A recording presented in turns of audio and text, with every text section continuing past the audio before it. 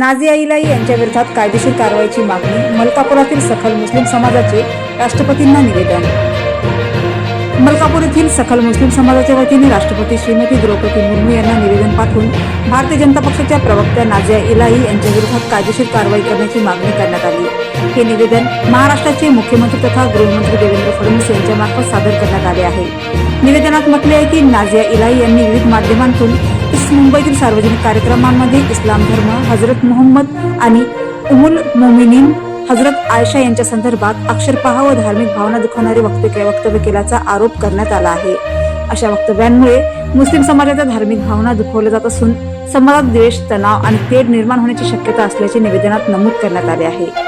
भारतीय राज्यघटनेनुसार प्रत्येक नागरिकाला आपल्या धर्माचे पालन करण्याचा तसेच धार्मिक श्रद्धांचा सन्मान राखण्याचा अधिकार असल्याचे निवेदनात नमूद करण्यात आले.